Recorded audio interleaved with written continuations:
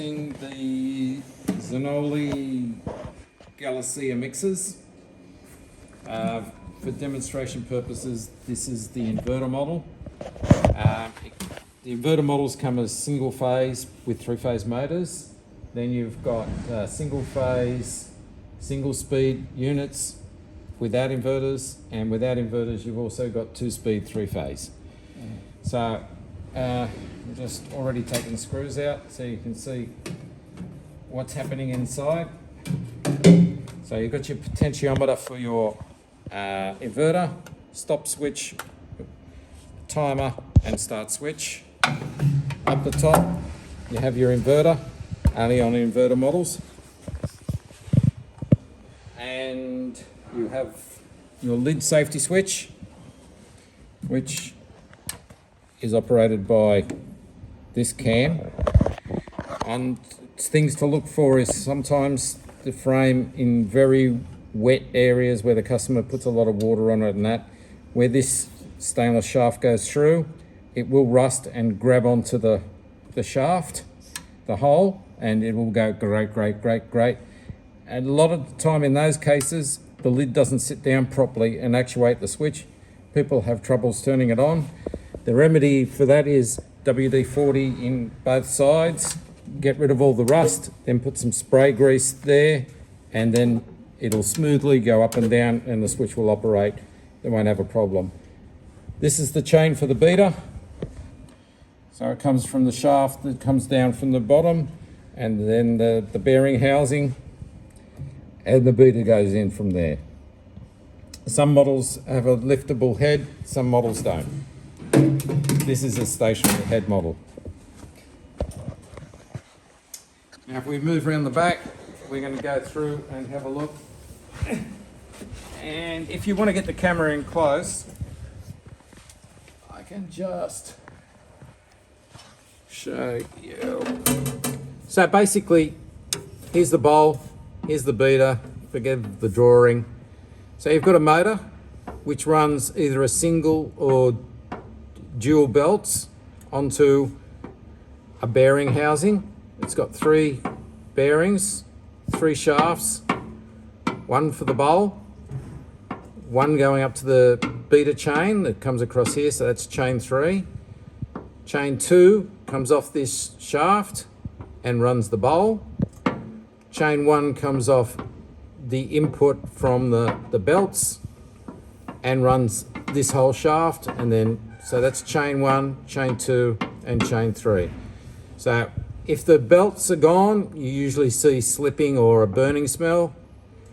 If chain 1 is gone, they hear the motor running, they hear noise, but the bowl and the beater are still linked from these 2 belts, but this chain, this 2 chains, sorry, this chain is broken. So you'll be able to move the bowl and the beater will turn with it through here. If the bowl chain is broken, you'll be able to turn the bowl, but the beater is still linked to the motor, so the beater won't move.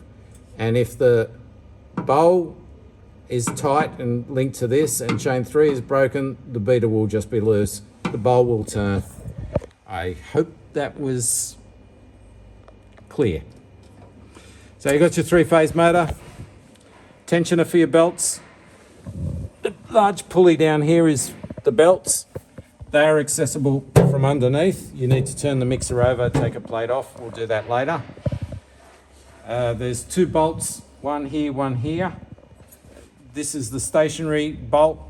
This is the bolt that goes on the adjuster, and the motor is pulled in an arc along that cutout there.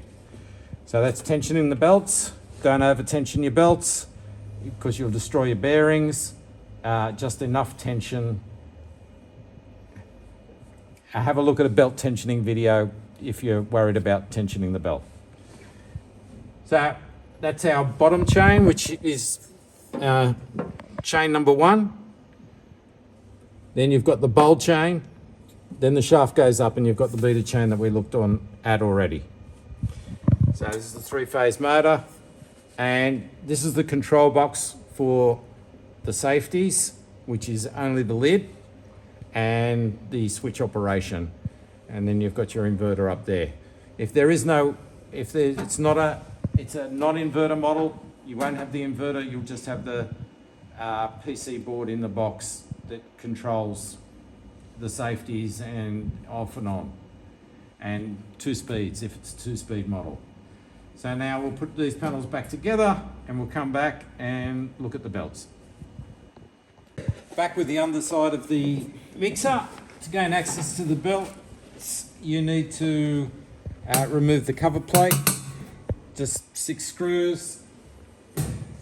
There you have the motor pulley, the pulley that goes to the bearing block, and then your motor adjusting screw and the stationary point.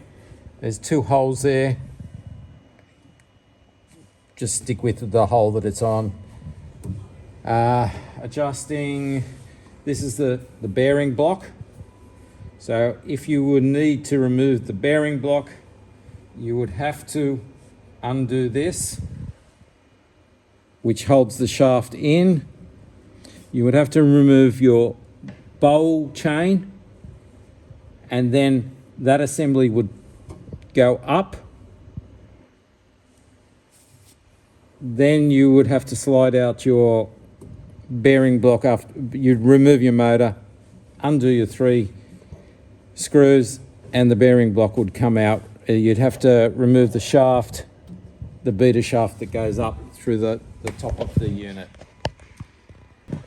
So the belts, the tension on them, you can see how much tension there is, but like I've said before, don't wind it up. You'll destroy the bearings in the motor and destroy the bearings here. Always with a V-belt, it must be tight, but not overly tight. You want it to drive the thing, not load up the bearings. And cut. But anyway, now you can see how it works. Always rotating machinery, always refit the cover. That's it.